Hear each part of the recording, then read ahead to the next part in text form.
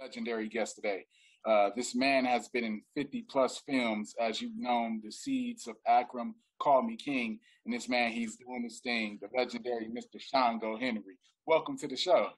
Thank you, thank you. I'm honored to be here. Wow, really honored to be here. Thank you for that reception. Yes, sir. To kick things off, Xango, that's a cool name to me. Explain the meaning behind that for the audience. Some people who might not know, what that name means. Okay, I'll give something real fast we can relate to. Yeah. A couple of years ago, Quentin Tarantino, he did a movie called The Xango Unchained. Mm. And that's the French way of saying Xango. Mm. Mm. That's interesting. Xango comes out of the Yoruba religion. Yeah. It's one of the only original Black people's religion that has remained intact as it was from the beginning. Hmm. So Yoruba has affected the world, even in the Catholic religion, when you go deep and study it. And even Xango, I'm told by people that I met from Central America, where when I say I'm Xango, they almost want to worship me. Seriously. I'll be like, wow. They say Xango is Santa Barbara in the Catholic Church. Mm-hmm. Now, I never heard that even from the Black community, but they're telling me that from their country, what Xango means. I met them from Peru, Brazil, all that area know about Xango. Mm. So as we travel from Africa, we travel all around, influence all of that area. Xango is warrior. Xango is raw male energy. Mm. He's a god of lightning and fire, thunder. His colors are red and white. His weapon, they developed Thor off of, because the original Thor was Xango with the, what's called a broadaxe. And now his weapon is the axe like the truth, which cuts both ways. Hmm.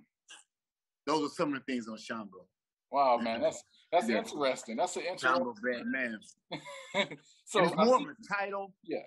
It's more of a title, not the name. Because I met one person and they say, "Oh, you're a Xango? Oh, you're a Xango. Like, you're a Xango. We all are Xango. Some is more Xango than others. Like, we all are men. Some may say, well, I'm more masculine, more male, or I'm more feminine, more artistic, more musician, more creative, but we all have our gifts." Hmm. Yeah. Now, The Hunt, The Savage Within, the movie, good movie coming out for the summer. Oh, yes, sir. What is it about this film that will allow fans to gravitate towards it, just, in terms of the delivery? When we look at a lot of action films today, sometimes we see a similar plot, but talk about, the excitement about being in this film as, your character, which is Steve.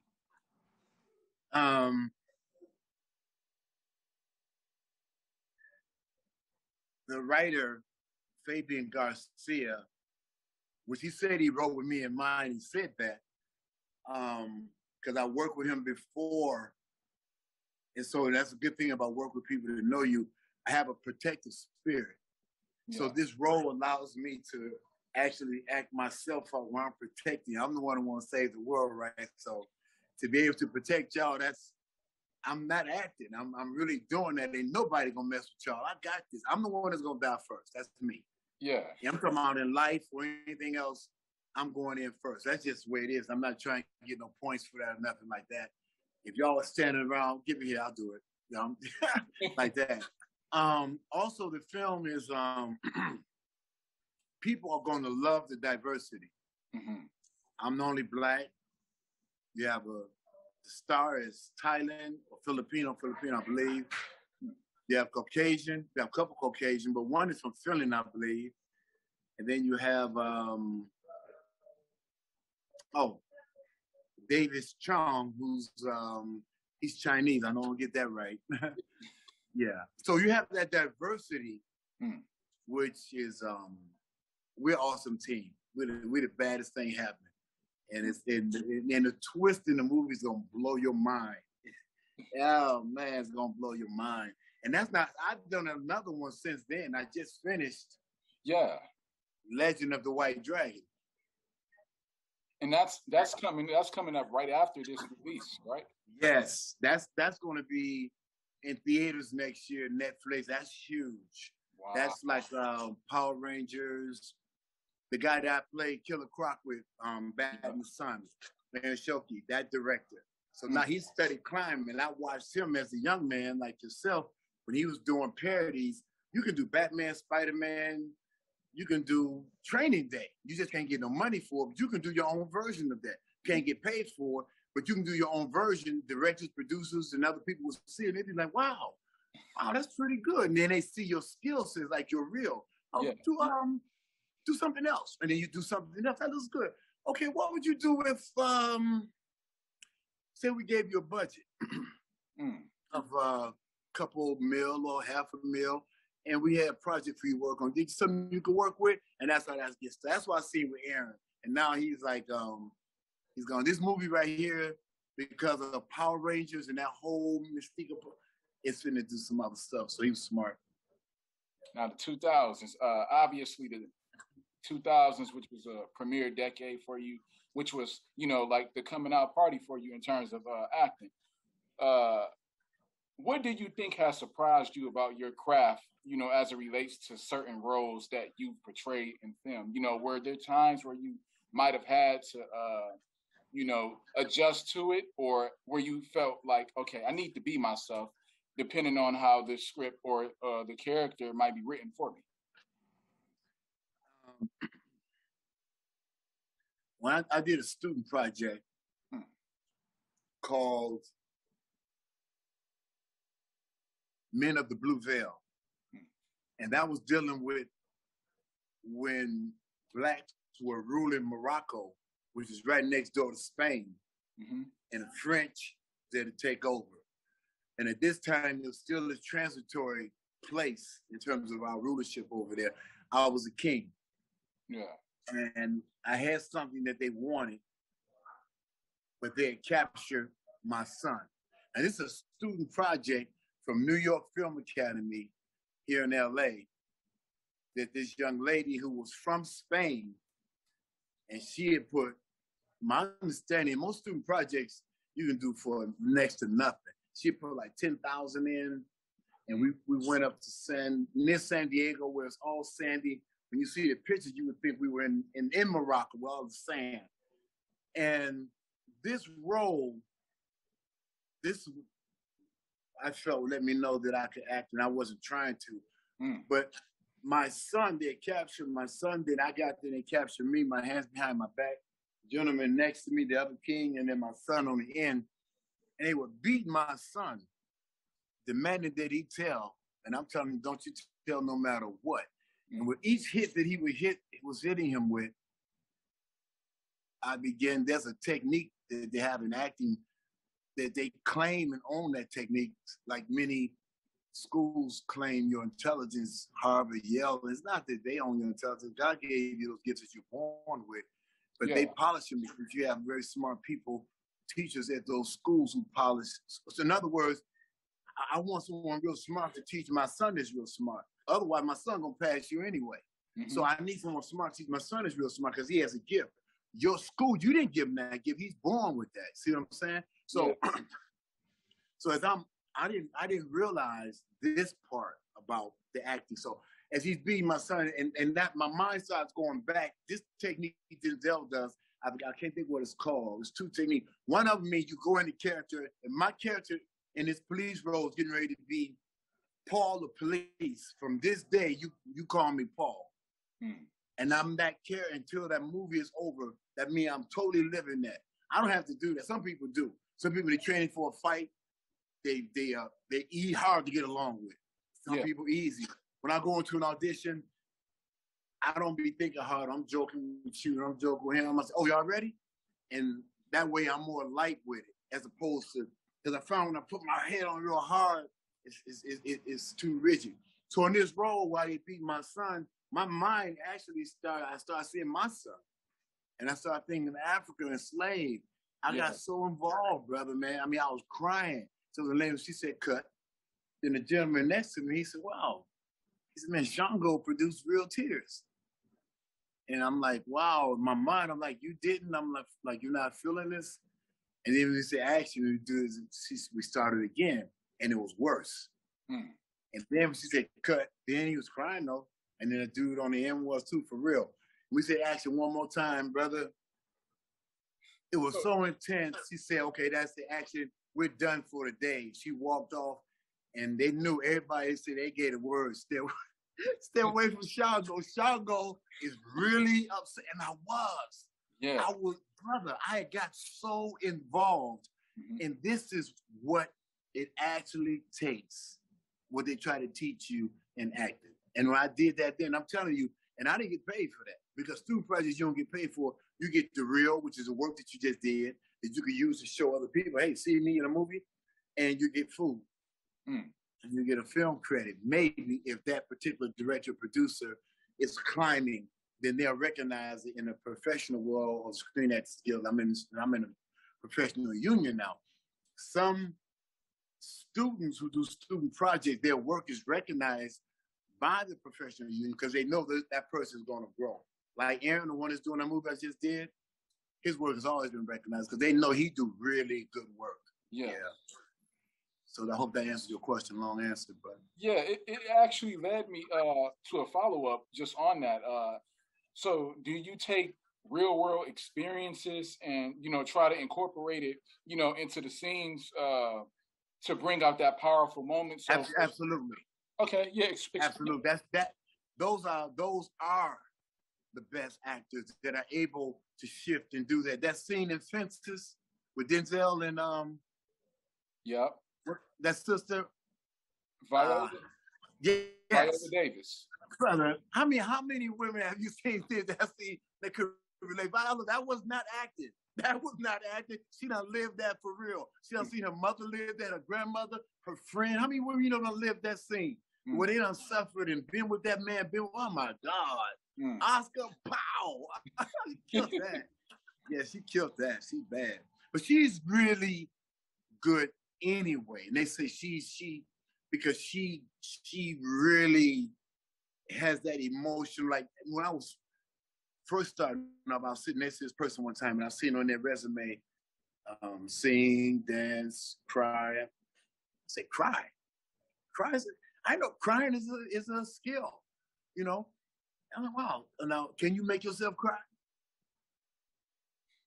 See what I mean? It depends. It depends. For me, I think it would depend on what I would have to think about that will. That's what you just asked me. Yeah. Do you put yourself there? So if you're in a scene and you're a parent and you're in Law and Order and you come report to them, my son has just been killed. What are we gonna do? What are we gonna do? Can you make yourself cry? You're just gonna be talking about acting like you're crying, but no tears come out. So now can you picture? See what I'm saying? So can you picture your son being killed? Can you cry in that scene? Nah. See? Now, so Nance, do you have a son? No. I don't have kids. You have any nephew? Do you know anybody that's been killed? How do you feel about Trayvon Martin? He got killed, Breonna, and any of them? I actually was sad because for me, it looked like when I saw those incidents, and even for example, George Floyd. How do you feel about that? I feel sad because. Okay, would that make you cry? It would make me cry. Yeah. You ever made your mother upset, so upset that you hurt her feelings you didn't mean to, and you cried because you hurt her feelings? No, in terms of having that conversation with her? No, just something that you may have done, and she's upset with you, and you didn't want her to be upset. You want your mother. And when I was a little boy, my mother cried. I cried. I didn't know why she was crying. I was just crying. No, real little I'm talking about. I'm talking about as an adult. Oh, man. No, actually not. Good, very good. You're trained in mixed martial arts. And what I know about The Hunt, the Savage Within with the movie. Yes. Are there any other fighting styles that you've mastered that we might see in this film that we never saw you portray in other films? I doubt it. Because the truth is, I wouldn't classify myself a master. I respect anybody that do, but I think anybody that's smart wouldn't say that. But I get what you're saying. You know what I mean?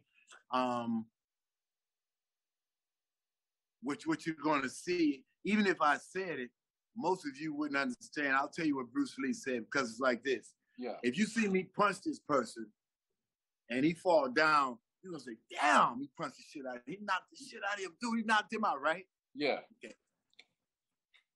Unless you understand fighting and the science, the principles, and the art and the techniques itself, you don't know if I hit him with a right cross, a left hook, uppercut, a ridge hand, and I go on and on with all the different strikes, right? Right. And make it seem so woo. But the bottom line is what Bruce said is, before I learned the art, a punch was a punch and a kick was a kick. When I began to understand it, now we start tripping out. Because the books say it wasn't until knowledge came that they started having this issue. Because now you're tripping out on the technicalities. But once you understand it, then you know punch is a punch, a kick is a kick. So to answer your question, I don't want to simplify and make like there is no deep move. But if I said it again, once again, you all wouldn't understand, wouldn't get it. The way you best get and understand martial art is to actually see it. And it's almost like, you ever seen a honey badger or mongoose fight a snake? No. You want to see something beautiful? Go on YouTube and watch. And when you're talking about timing, if you want to talk about Bruce Lee, Michael Jordan, Kobe, God bless and rest him. Yeah. Ali, Allah be pleased, the best he ever did among us. If you want to see that, watch that. And you want to see timing, because you know the snake is second to none in speed. Yeah. But this honey badger, his technique of, there you see martial art. There you see the highest form, I'll say that. There you see the highest form of martial art in its science of technique of what has to be done. Because Bruce Lee said, when you have two people of equal skill, talent, and strength, the winner is going to be the master of the feint, the one that tricked you, make you think he going left, but he went right. In other words, the winner is going to be the smartest person that can outthink you. And that's why Ali he wasn't the musclest. Ali was the smartest. And after he realized he really was the smartest, what I didn't like about Ali when he really was outthinking him, he stopped training. Because he stopped trying to even show his muscles. And I love that about Holyfield, that he looked like a champion. He supposed to look. And Tyson too, my man. Yeah, I don't believe in no champion don't look like that. I mean, I respect you. The guy that beat the fat Mexican brother, I was happy for him because he's an underdog when he beat the guy, Joshua. Nobody expected him to beat him, big roly-poly, really nice, humble guy, but he's ass. But I don't like his look.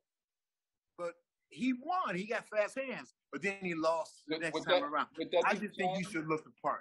Would that be the same for a guy like Tyson Fury and Deontay Wilder, where Tyson, he doesn't, like the image when people look at Tyson Fury's face, they don't see the like we don't. He doesn't have your arms, but then you see his techniques, how he's able to dodge and how he's able to. Yes, very much the same. And he has a great chance to still beat Deontay because he's smart like that. He don't have the muscles, but he's a big dude, man. He's huge. He ain't a little white guy, man. That dude's what, 6'6", 260 pound guy. And I have to also throw in my other guy in here when you talk about art and technique. Floyd Mayweather, obviously with mastering defense in terms of just boxing with his lateral movement for his size. Would that be? What's your question about Floyd? Well, with Floyd Mayweather, is he also another guy that I can throw in there in that bunch in terms of just mastering the art? Absolutely. Floyd is number one. Yeah. Floyd is number one.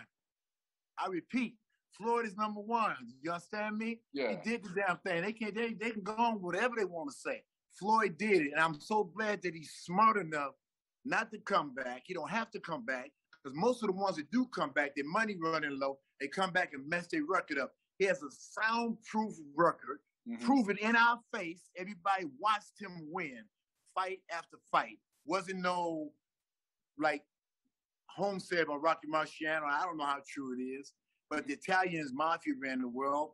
That's what it was. They said he fought his own cousins and stuff. Nevertheless, he had a flawless record. Floyd got a flawless record. So now we got a white person, a black person. If you want to bring race in the equation. Tyson could have had, they went to jail. Ali could have had, he went to jail. Floyd, smart. No, his defensive skills, to me, second to none. Where very few, the amount of fights that he has fought and the punishment that he has taken, second to none, man. I mean, he basically got in and out. I mean, ain't nobody even plastered him and knocked him down. Yeah, I mean, plastered him and knocked him down. We had to clear his head and get up and come back. See, that's what we want to see. But there was nobody good enough to do it, you know, to really make him dig in and look like he about hurt. But he coming back. He coming back. Come on, everybody loves a comeback, right? Yeah. Floyd, nobody wasn't good enough to give us that. We got it from Ali. We got it from Leonard. We got it from Tyson. We got it. Oh, man, Holyfield, those are some of the best fights. But Mayweather, no one was good enough to give him that kind of fight, brother. Nobody. And I still believe, even to this day, I have a friend who I debate with about this. I told him if Mayweather was a heavyweight, I think the decision and the results would still be the same. One fight that I would have loved to saw is Mayweather against Rory Jones Jr. because both of them. Oh, man. It would be. I feel like it would be a split decision. I don't think it would be a knockout because Roy Jones was very loose, and I think he would force Mayweather to step away from the ropes. But then again, Mayweather, he can hit you, you know, with combinations, and also. So which one would you? You're right. So which one would you go with? I would have to go with Floyd Mayweather because Me too. Roy. I like Roy, but with Roy, he gives his body. Not necessarily his body. He opens himself up so much that he hasn't fought a defender or a guy, you know, who can capitalize off that quick left jab. That's right. And we've seen Roy Jones Jr. get knocked out before. We've never saw that with Mayweather. And I think if Mayweather was a heavyweight, I still believe it would have been the same thing. Because even in the 90s, as you would know, the 90s with the heavyweights, you had Tyson. And then, you know, fast forward to the 2000s, you had guys, obviously Manny Pacquiao, he was still a little bit younger, but then you had Oscar De La Hoya, who was, you know, the golden boy that everybody, you know, elevated, and Floyd Mayweather, you know, ended that. He whooped all their ass. Whooped all their ass. I whooped all their ass. He's the only one that whooped 16 world former champions. And he said, what else y'all want me to say? And he's been consistent. I remember he said, show me one person who has dominated the business. This was back on HBO years ago when they had 24/7. When they used to fight on HBO before he moved to Showtime, when he was still fighting. He said, give me one person who has dominated in a sport, you know, of boxing or just in anything without a loss. And you could have named one. And we can you can't. I mean, and even when we look at guys like Michael Jordan, I love Michael Jordan. He's, you know, 6-0, but Mayweather used these. This was dude, that's different. You can't even compare. That's one-on-one. One-on-one, You know what I equate the boxing to? When you box somebody, the greatest battle you ever been in, remember this, is when you go to battle with yourself. Not when you battle me. When you decide to yourself, you know what? I'm going to make myself do this. I'm going to make myself run a marathon. I'm going to make myself do 1,000 push-ups. Whatever your challenge is, okay. So now, that person across from you is you. For the past 90 days, we both ran 5 miles a day. We both did 500 sit-ups, 500 push-ups, 14 rounds on the heavy bag, jumping jacks, jumping rope, speed bags, sparring rounds. Bruh, when you look at that person across from you, you in for it. And you know you in for it. He know he in for it because you're fighting yourself. And the reason why more than any sport, everybody hones in on boxing, because you have right there the greatest thing that's going to go on is your will, to overcome your will. Because when you can overcome and master your will, you become next to God, according to Scripture. I ain't trying to be religious, but your will is the will. That's why I said when they have two skilled fighters also, not only do it become the skill, but that battle of attrition, what they call it. Are you willing to die? Did you come here to die tonight? See, some of us, I came to die. I'm not leaving here. Somebody down tonight. That means you left everything back there. That means you are more determined. See, some people ain't that determined. And that lets you know that right there. Remember Floyd here, he's from a family. How could he lose? His father and his uncles? Right, yeah. Both of them bad. God bless his rest his uncle. Mr. Roger Mayweather, yes. That's what, Uncle Roger. My final question for you, I want to talk a little bit about COVID-19. Obviously, with you being in this business, a lot of traveling, a lot of film making, how have you been able to navigate through this, as it relates to some of your work? Was there a time where you might have had to put things on pause? And if there are any other projects that you had also in the making, were there projects that might have been delayed because of COVID? Oh, yes, sir. When COVID first hit, everything was shut down because no one knew the severity, whether high, middle, or low, where it was. Yeah. So there was a lot of auditioning, but it became auditioning from, in my case, a person's home who was he's a manager, and he's an excellent film person with his phone, and he has contacts with most of the casting directors. So, but he was expensive. He charged $40 to go by an audition. I was like, God damn, dude. So if you got 2 auditions, I said, can I do 2 of them today? Damn, you want $40, $80 for 2 hours? God damn. And I ain't never paid to do an audition, but he's taking over the demand at the moment because there's nowhere for you to go and do your audition, but you being sent audition, so you got to do this audition. Where you going to do? I did something right here at my home where I auditioned, had people set up my camera, had somebody read, and I read. You got to learn how to improvise. So that time, COVID was a very mysterious time. It's a very concerning time, and it still is now that people got vaccinated, and then it appears to be a resurge because the last sets that I've been on, we all wear our masks. You have to be, you have to have your 3 days ago, no further than 3 days out your shot, your COVID that you've been tested. And I always did the rapid test. I didn't do the mail. I went and got it, so mine was current. I've done it 3 times, and each time I'm good. And the last movie I just did, I mean, even when you're not acting, there's a person walking around telling you, keep your mask on. Please keep your mask on. Even though everybody in here has just been tested. We test your temperature when you came in here. You got your paperwork that you're cool, but still. Let's still just practice and keep your mask on. Now, when your steam comes up, okay, we take the mask off, do that.